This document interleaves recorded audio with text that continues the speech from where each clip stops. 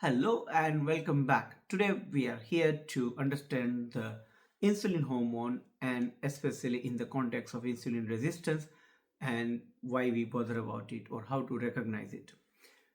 As soon as you eat any food, most of the food, especially the carbohydrates we eat, that converted into the glucose, and that glucose then enters the bloodstream, you release this hormone called insulin.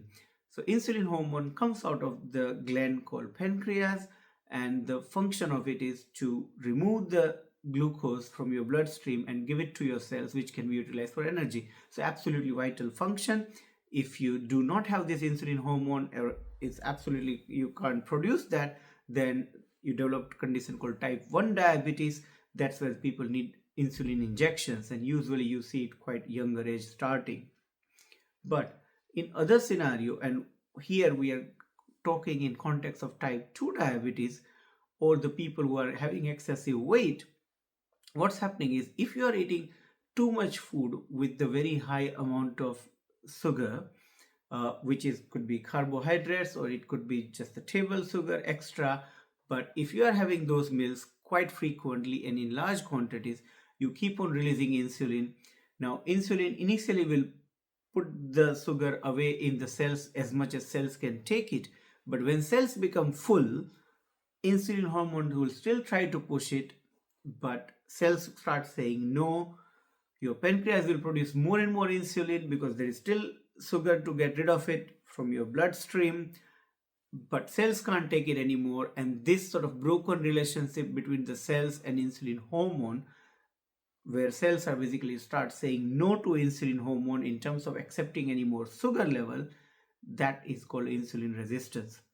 Now if you have type 2 diabetes, if you are overweight, if you have things like high blood pressure, if you have one type of cholesterol which is high triglyceride, fatty liver, any of these conditions are basically suggestive that you already got insulin resistance.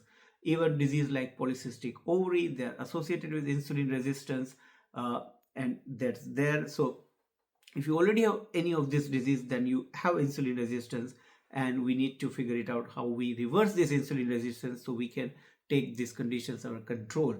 Now if you have not developed this condition yet, then also you can know if you are at higher risk of insulin resistance, and that is by looking at obviously your belly fat. So if you have protruding tummy, though even you are not overweight, that's suggestive of insulin resistance.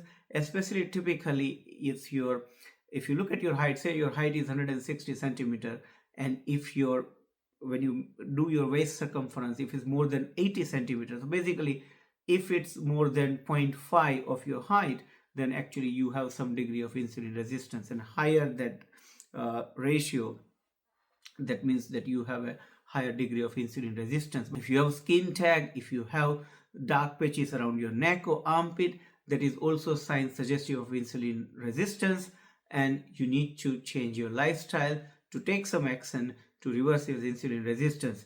Now if you would like to know how to reverse this insulin resistance and control those disease or reduce your risk of developing that disease, then come back tomorrow. See you tomorrow. Bye.